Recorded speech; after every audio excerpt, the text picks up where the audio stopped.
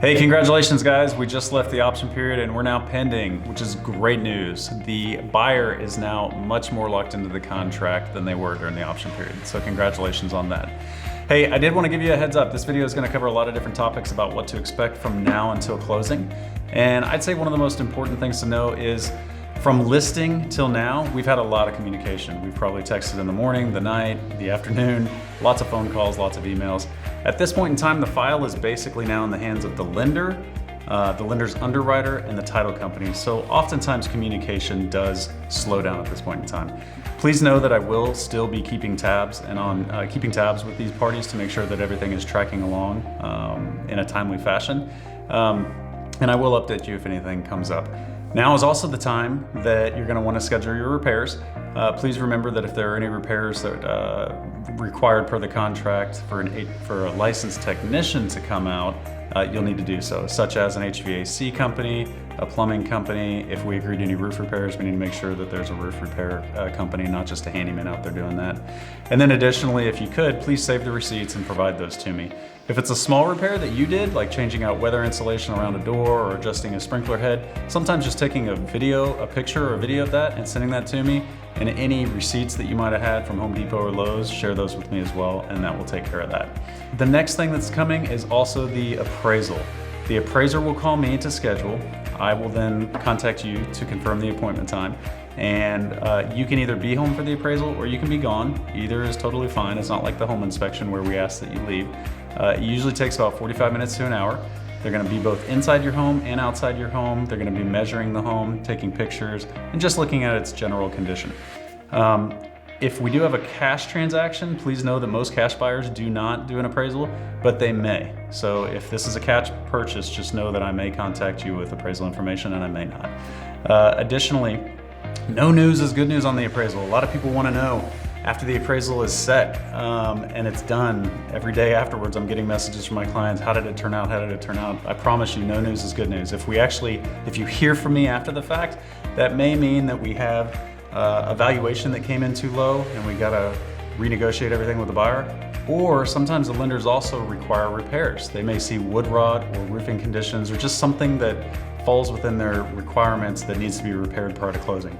Now, if lender required repairs are requested per the appraiser, please note that neither the seller nor the buyer are obligated to pay for them, but someone does have to pay for them prior to closing. But just know it's not a mandate that it's just on you.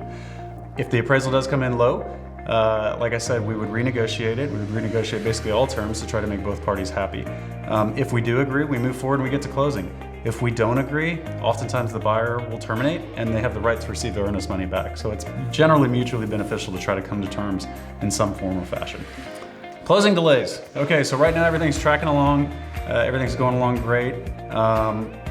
All it takes is one email to land in my inbox or one phone call with the lender to find out there are delays. There could be W-2s that haven't been turned in, pay stubs that hadn't been received. Oftentimes we see people jump from one job to another consistently. There's no gap, but they need to do a verification of employment. So sometimes those creep up on us and do cause a day or two closing delay. I'd say out of all my transactions annually, only about 2% of them have delays, so it's not a huge worry, but just if you can mentally prepare that there might be that coming down the road, that can sometimes help my clients. It's also now a good time to arrange your movers. And in this email, you'll have a reference or a recommendation to some amazing movers that I recommend. So Bell Brothers Moving, they've got my vote. They've had my business for about 8 or 9 years now. Utilities, you're gonna wanna turn off your utilities or at least schedule your utilities to be turned off. Please keep in mind that if you have a leaseback or a time period after closing that you're moving out, you're going to want to keep those utilities on through that leaseback so that you and your movers have air conditioning or heat, water to use the restroom, so on and so forth. If your last day falls on a Saturday or Sunday, it is customary for the seller to turn off the utilities on Monday. Okay? Insurance also. You'll want to schedule your homeowner's insurance to be turned off. A lot of people wait till the day of closing, so you can do that as well once it's closed and funded. Please keep in mind that if you are a tenant in your home after closing, going back to that leaseback, you're basically a tenant. You may want to contact your homeowner's insurance to see if your policy needs to change. From my experience, if you're in the house a week or two after closing, the homeowner's insurance companies are fine. Generally, anything longer than that, you may need a landlord policy to make sure that you're properly covered. You'll also want to contact the US Post Office to forward your mail to whatever your next address is. And then closing. For closing, sellers' closings are usually about 20 minutes. The closing times are set usually a few days prior to closing. Title companies really don't like to set closing dates before they have the right documentation in place to actually confirm that we're going to have a closing on a day. So once they have those documents from the lender, they will then reach out to me to schedule the closing time. I do have some clients that are big planners and they definitely want to know ahead of time. So 2 or 3 weeks prior to closing, they'll actually call and set their time. Just know that that might move a little bit based upon when the lender gets the title company the documents. Buyer and seller do not close at the same time. So you are not going to be sitting across the table from them like I was 15 years ago. It's one of the most awkward closings I've ever been in. That's no longer occurs. But you may cross paths. So if you're closing at 9 and they're closing at 10, just know as you go in and they come out, you may cross paths and get to say hi to them. And some clients prefer to be jovial and others would rather not. So that's just up to you, but just know that you might see them there. Additionally, I will be at your closing. Almost every single closing I have, I am at. I think it's very important. There's a lot of real estate agents that feel like their work is done by the time closings happen, but things do arise there and I want to be there for you.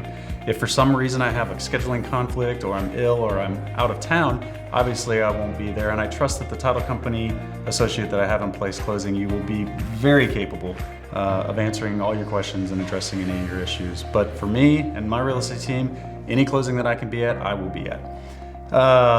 And the good part, the fun part, the closing statement, the title company will be able to produce that once the lender has supplied the appropriate documents to the title company. This is oftentimes supplied to, the title company is oftentimes able to get this to us 24 to 48 hours prior to closing. But just know sometimes, depending on how the lender processes their paperwork, it might be the day of closing before you see the closing statement. But once I have that, I will review it. I'll make sure everything looks right based upon compared to our contractual agreement. I will then email it to you, outline everything, explain everything. If you have any questions whatsoever, please call, email, or text. I want to make sure that there's no questions hidden away, and I want to make sure you have full understanding of the expectations between now and closing. And once again, guys, congratulations. To get a buyer out of the inspection period and now pending is a huge, huge deal. So I look forward to seeing you at the closing table.